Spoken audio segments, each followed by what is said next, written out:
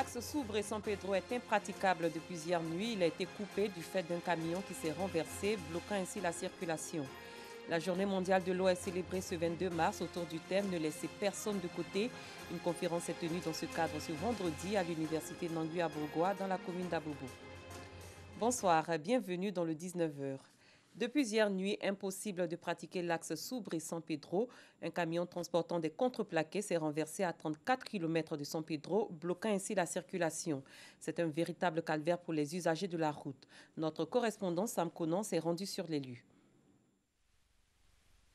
Une file interminable de véhicules chargés en partance pour le port autonome de San Pedro stationnés d'un côté. Du côté inverse, des cars et des camions en provenance de San Pedro immobilisés. Nous sommes à 34 km de San Pedro sur l'axe San Pedro-Soubre. Un camion chargé de contreplaqués s'est renversé depuis hier jeudi à cet endroit. Le deuxième poumon économique après Abidjan, c'est San Pedro. Tout le monde le sait. Dans les médias, il faut réhabiliter la côtière. On a quitté à San Pedro, on est arrivé quelque part là. Tous les camions sont alignés, on ne comprenait rien. Donc je partais pour voir exactement ce qui se passe. Quand le président de la République il met l'agent sur la route dans le goudron pour arranger la route, les gars se plaignent, la population dit non, on ne gagne pas à manger. Venez voir la voie entre Miyagi et Soubre. La voie est coupée depuis hier. Jusqu'en l'air, il n'y a pas de route. Donc voilà pourquoi l'important de l'agent que l'État, le président met dans le goudron pour faire la route. En l'air, là, on est bloqué, il y a près de 500 véhicules. Les gros camions, les cars, tout est là. Donc là, on doit savoir que l'importance là, c'est que l'État fait, surtout le président fait pour la voie routière là. C'est très important. Depuis un certain temps, le gouvernement a entrepris des travaux de construction de nouveaux ponts avec des bus. Mais selon des usagers, la société en charge des travaux éprouve d'énormes difficultés pour achever les travaux, avec des machines vétustes qui ne répondent plus. Vivement que des mesures soient prises pour sauver la seule voie d'accès au port autonome de San Pedro. Le Premier ministre Amadou Gon Coulibaly a lancé aujourd'hui les travaux du pont à Auban de la baie de Cocody, unique en son genre dans la sous-région. Ce 5e pont est réalisé dans le cadre du projet de sauvegarde et de valorisation de la baie de Cocody et de la lagune Ébrié. Cet ouvrage va faciliter le trafic routier, établir une liaison directe entre les communes du Plateau et de Cocody et réduire le trafic dans le secteur du carrefour de l'Indénié. Le pont à Auban de la baie de Cocody a été financé par la Banque islamique de développement à hauteur de 77,5 milliards de francs CFA pour un délai de réalisation de 24 mois. Il s'étendra sur 1,5 km avec un auban de 200 mètres. Les travaux de reprofilage du Trans-Nanafoué ont, eux, démarré au grand bonheur des populations de la région du Bélier. Ils ont été lancés par le gouvernement. Cette route d'environ 50 km est restée plus de 25 ans sans entretien. 33 villages étaient jusque-là difficiles d'accès. Kader Sogodougou.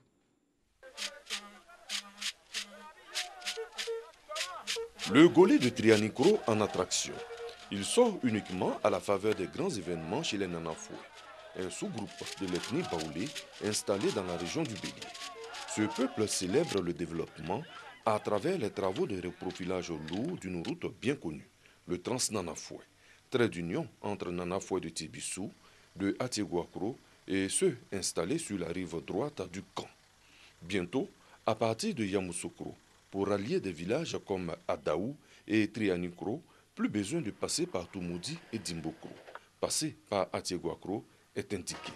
Le CDNA, le Conseil pour le développement du Nanafoué, en tournée dans les villages, n'a pas manqué de saluer cette action du gouvernement. Cette voie est en train de remettre, grâce au président Alassane Ouattara et au gouvernement du Premier ministre Amadou Gon Coulibaly. Nous sommes là sur les lieux pour vraiment aider nos parents à se ressouder, tous les cadres à se mettre ensemble pour que ce projet puisse aider au désenclavement de notre zone. La route arrive, le développement aussi.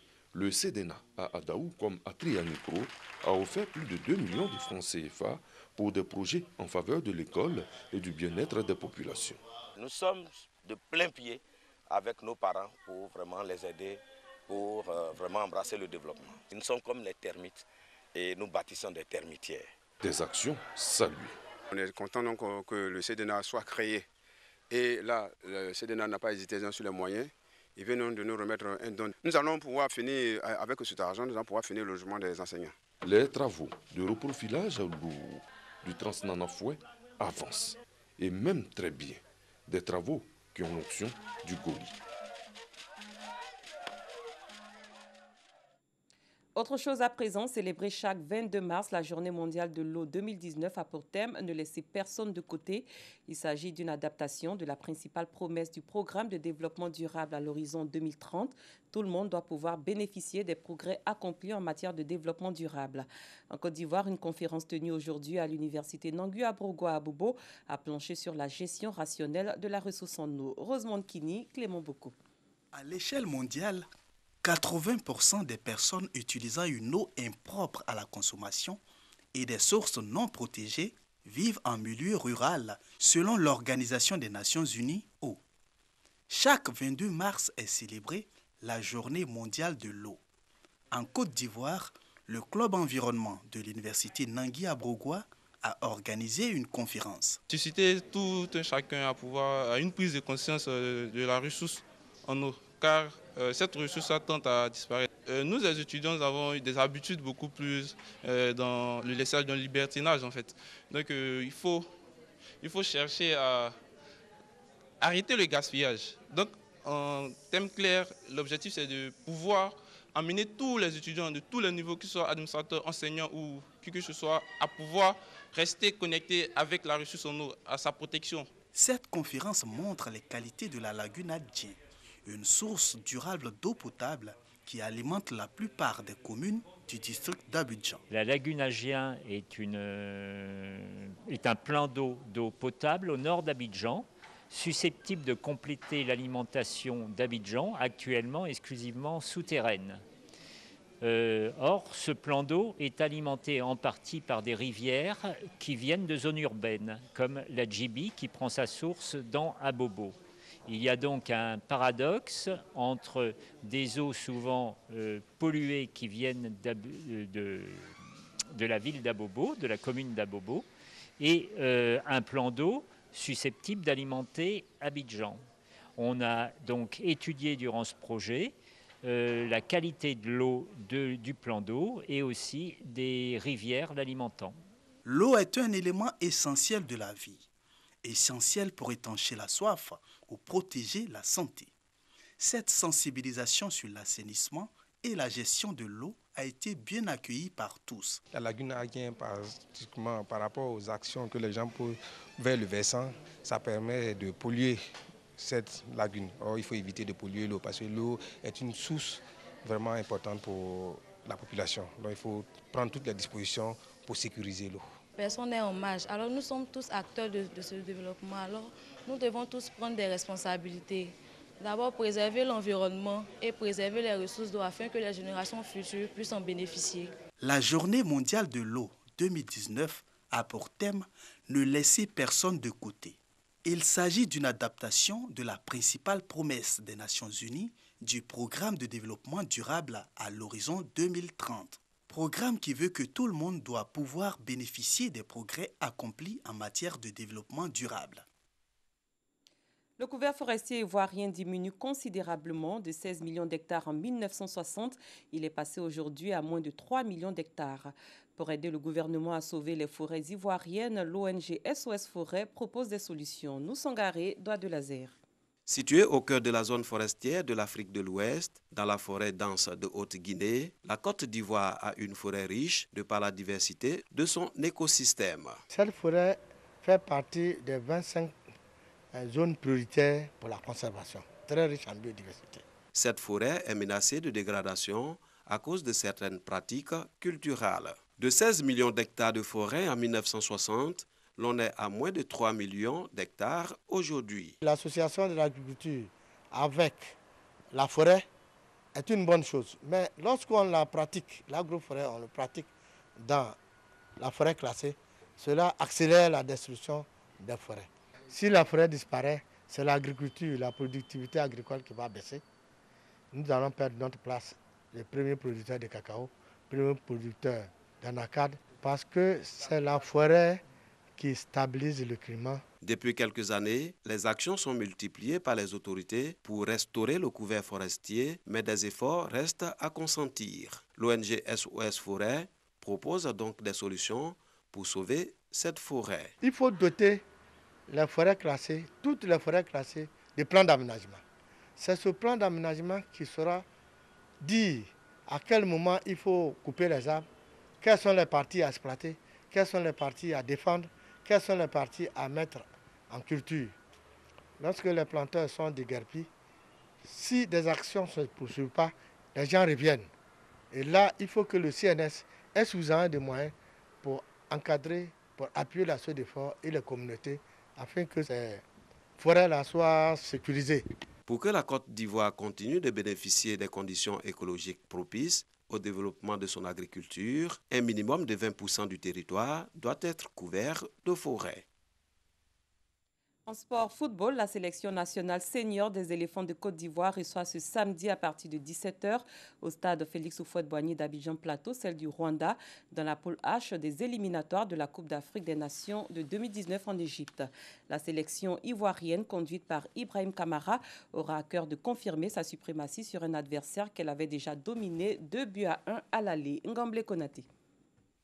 Ce sont des éléphants sereins et débarrassés de toute pression qu'on a pu observer lors des séances d'entraînement du côté du stade Félix Houphouët-Boigny. Un enthousiasme qui devra pourtant se déposséder de toute suffisance. Même si la qualification pour la CAN est déjà acquise, il s'agit pour la Côte d'Ivoire de donner le meilleur pour rester sur sa bonne dynamique et marquer les retrouvailles avec son public du stade Félix Houphouët-Boigny. Face aux Amavoubi, les éléphants doivent présenter un visage rassurant et redorer leur blason de nation joueuse sur le continent africain. Ils n'entendent pas se défaire de ce statut, surtout face à des Rwandais qu'ils avaient dominés 2-1 à l'aller sur leurs installations. Une avance psychologique dont va se prémunir le commando d'Ibrahim Kamara pour continuer sur la voie de la victoire. Avec 8 points. Et à 3 longueurs du leader, la Guinée, le technicien ivoirien pourrait profiter de cette dernière journée pour faire tourner son effectif. Des jeunes internationaux qui n'ont pas l'habitude de jouer depuis sa prise de fonction en septembre dernier pourraient avoir leur chance.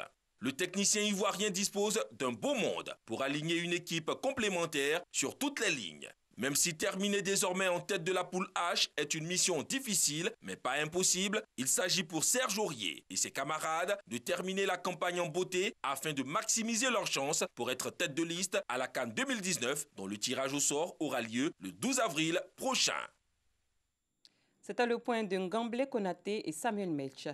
Ailleurs en Algérie, c'est un nouveau vendredi de manifestation contre le régime. Les manifestants s'opposent à la prolongation du mandat d'Abdelaziz Bouteflika le temps d'une transition. Une nouvelle fois, la foule a envahi la rue, encadrée par un important dispositif policier, alors que le camp du chef de l'État apparaît de plus en plus divisé.